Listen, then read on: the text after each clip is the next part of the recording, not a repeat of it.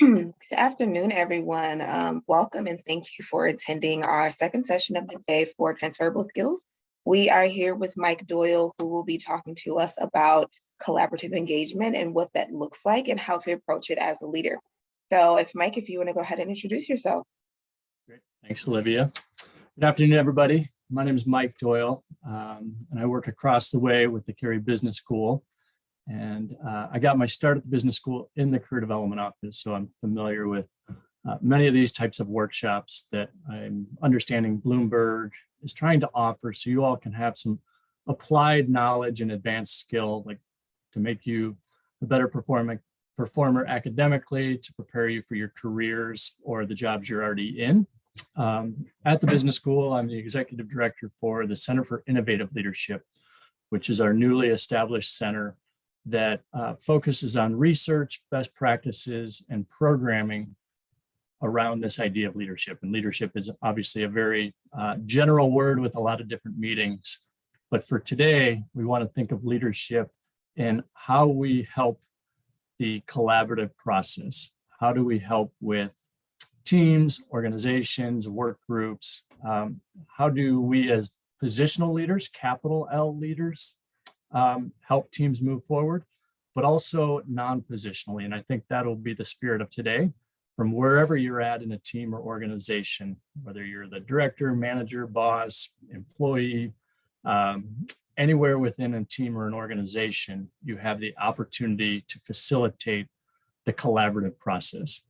And today we'll spend a little bit of time thinking about how do you do that individually based on your styles and skills and strengths.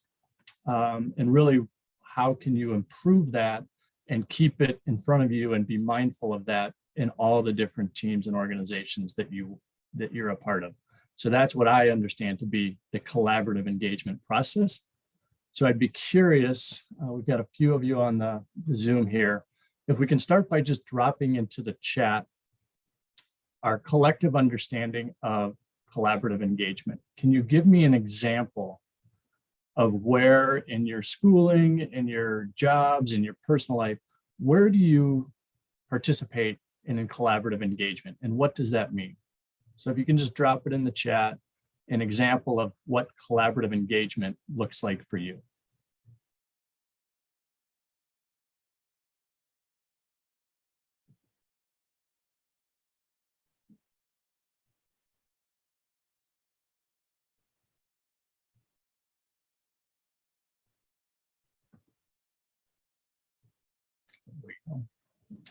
International NGOs,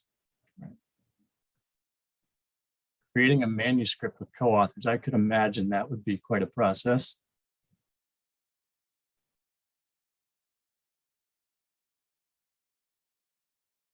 Okay, working with faculty to create common mission, vision.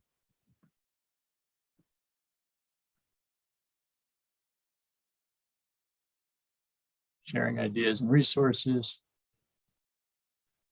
Projects, teamwork, and many courses at the school. So this is where we often think about the collaborative engagement process. At least here in the business school, the majority of our courses require group work, projects that you're assigned into, and you may not know your classmates, but you have to work together to get the job done. And with a lot of these examples, whether it's, writing a manuscript or coming up with vision and mission statements, oftentimes I think we prefer to just do it ourselves, just get out of my way, let me do it.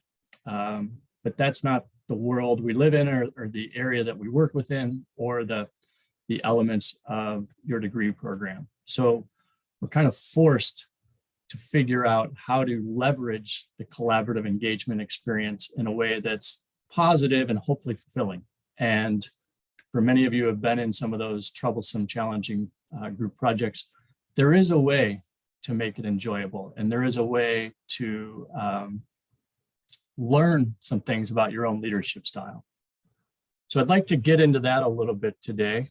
If at any point you have questions or want to challenge anything I'm sharing or provide a different perspective, just go ahead and throw it in the chat, and I'll try to pay attention to that, because this is not the only way to look at collaborative engagement and leadership. This is the way that, with my colleagues and faculty here at the business school, as we study leadership, we try to look at it in the most innovative and progressive way that we know works within organizations today. And it's always evolving and always changing. So we know from different research that leadership really has three elements to it. It's the process of determining a group's or organization's objectives or goals. It's motivating the behaviors of those in a group in pursuit of the objectives. And then while we're trying to achieve the objectives, it's helping to maintain and cultivate the culture, energy, values, and overall identity of a group. So it's a bit task, it's a bit process, and it's a bit visionary.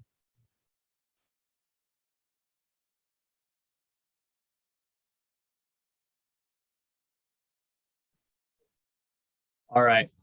So as we start to think about leadership, and we will eventually tie it into, teamwork and collaborative engagement, but let's just start with our own personal understanding of leadership and what leadership looks like and feels like for you. So on this next slide, you're going to see a couple of pictures, and I'd like for you to just creatively think about which one of these best represents your leadership style. You can use the annotation button in the Zoom here.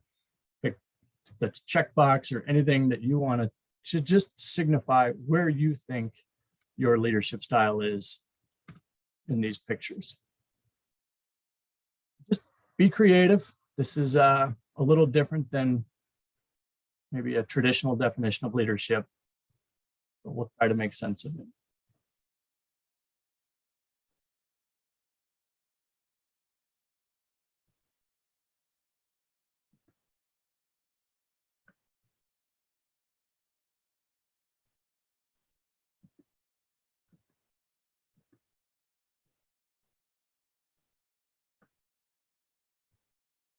All right, slowly see people popping in here.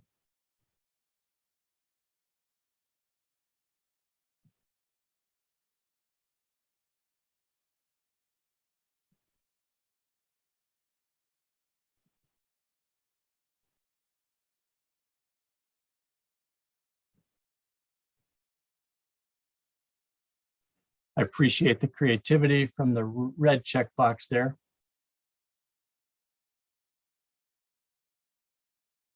All right.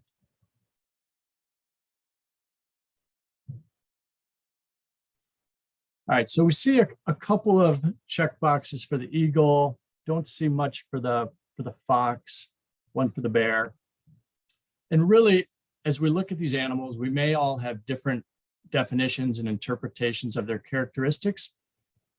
But this is a creative interpretation of a pretty well-established and reliable leadership assessment known as the DISC. And really what it is this idea that there are task-oriented leaders, there are idea-oriented leaders or visionary-oriented leaders. Let me see if I can clear out these.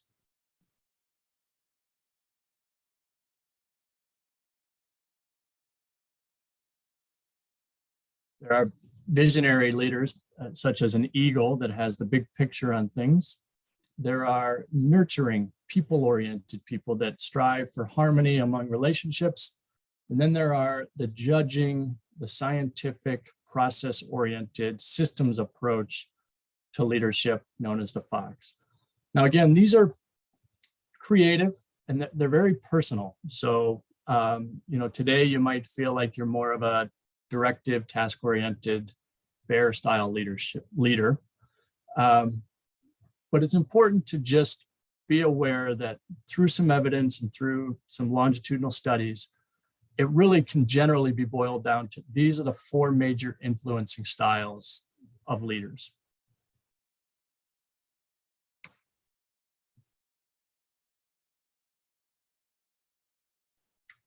As you can tell, I'm still struggling through the Zoom world. It's been a year and a half of this pandemic. I do most of my teaching in the outdoors or interactively So appreciate your patience. And really, the science does say that there is not one consistent personality trait that is best suited for any leadership role. It's a combination of different characteristics and approaches, and it really depends on the demands of the job, the task, or the situation, or the abilities of the group. And Hershey and Blanchard back in the 70s were pretty much the pioneers in understanding situational leadership. What is the best approach in the current situation? Just going to move through this. And this is my hope and our hope at the business school, that we start to understand that knowing your style alone is not enough. It's good as a starting point, and it's good to know what your default preferred tendencies are, but it's really important that you give equal attention to the ability and confidence of your followers. How much do they trust you, and how well positioned are they to be successful? And then what are the current features of the task or situation? So if we were to give an example of a group project and you're designated as the team captain, if you were to just come in with a bear style approach and just be completely directive and telling people what to do, you're missing an opportunity to really first see, well, what are the other abilities and strengths and experiences of the people on your team? What is their level of confidence and trust in you as a leader? If they've never met you before, they don't know anything about you, they may be reluctant to just jump on board and follow your direction. The other piece to think about when using different styles or approaches is, what is your sense of urgency? How clear is the task? What resources do you have available to you? Now, each of these elements are going to change your approach based on the task or the situation. So it is helpful, and I'm guessing some of you in your group projects or even at work, when you put on a project team at work, how often do you actually take the time to pause before you even look at the task and really get into the details of what lies ahead? How often do you just pause and have that get to know you forming meeting where everybody introduces themselves, shares a bit about their background, shares their understanding of the task ahead? That step and that intentional process of having that meeting before you start digging into the details can really set you up for early success. If you're clarifying roles and getting everybody on the same page, you're able to mitigate. You'll never completely eliminate, but you're able to mitigate some of those common headaches and frustrations that we see in team dynamics, where people check out, people don't show up for meetings, people don't do what they say they're going to do. Having this tone setting meeting where you're talking about, roles and clarity on the task at hand really allows you as an equal member of the group or the captain of the group to move forward and be well positioned to deal with any challenges further down the road. And when we talk about, your role as a leader in the group, again, it's not always positional.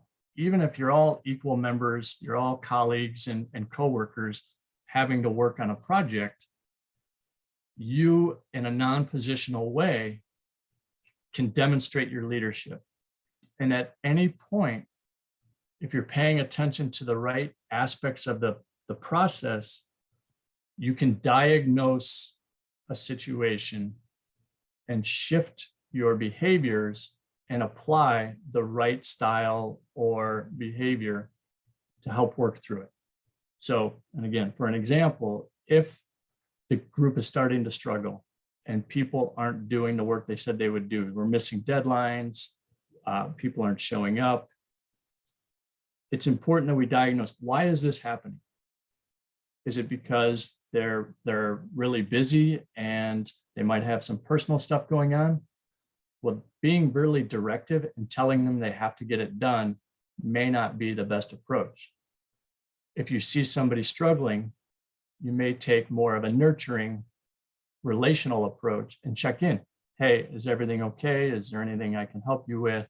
So it's really meeting your members where they're at, helping them re-engage, recommit to the process and recommit to the task so you can all move forward.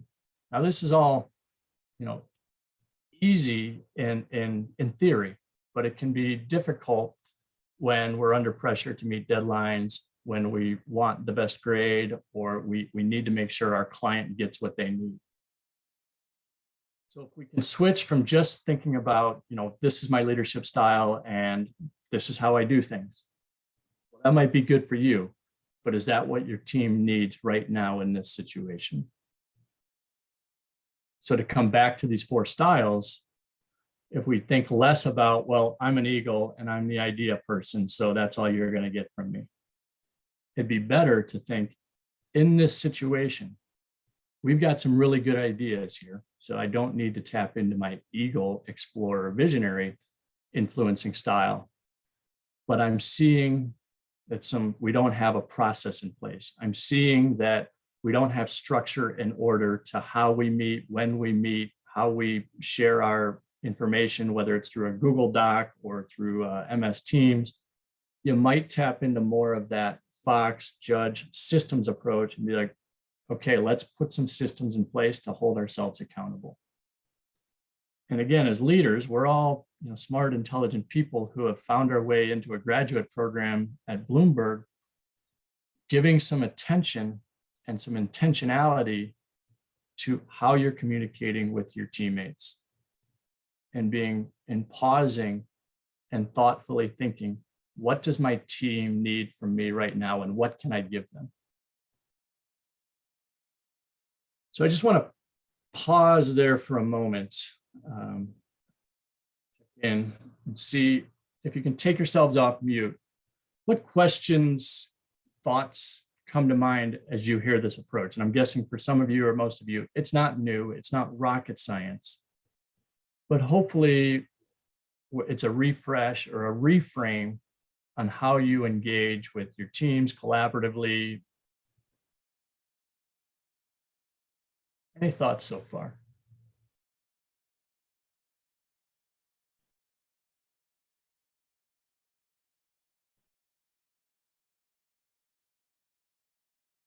All right. So we'll keep moving along. And Olivia, if you're able to do breakout rooms, it'd be great to get everybody into a breakout room. And we just want to go through that collaborative process. And again, have some fun with this. But in a matter of 8 minutes, how can you show up with the other people in your Zoom breakout room, come up with 15 crazy, wild, creative, innovative ideas for what else you would use this item for that you see on the screen. Yeah, it's a coffee cup. It holds water, it holds coffee, tea. But let's come up with something creatively and innovatively different. And then pick one, and you're only going to have 8 minutes, and go through this product development experience of give it a name, describe its function, and then put a price on it. So that's all it is. And then we'll come back together and we'll share what is your new product that we're all going to be excited about, but also what was your collaborative process? How did you come up with 15 pieces or 15 examples? And how did you land on one? So let's go ahead and move into those breakout rooms. I believe it was somebody, thank you for putting in those instructions in the chat box. So if you're confused or forget, it's right there in the chat function. I believe, Caroline, are you working on the breakout rooms? Yep, so I think everyone has been invited or will be invited to join a breakout room, and you should have about 5 people per room. Excellent, thank you. Mm-hmm.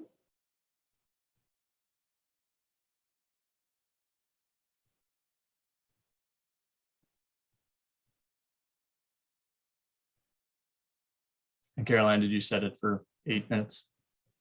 Yes, so it will be, we'll be closing at just about 2:30. Perfect. And we can give like a 2-minute warning or something like that.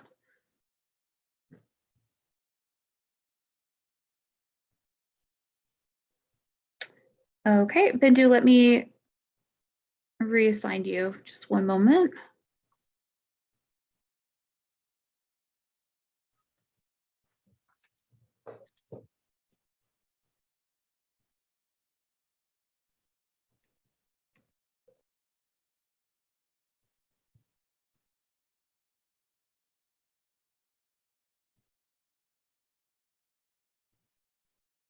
Hmm.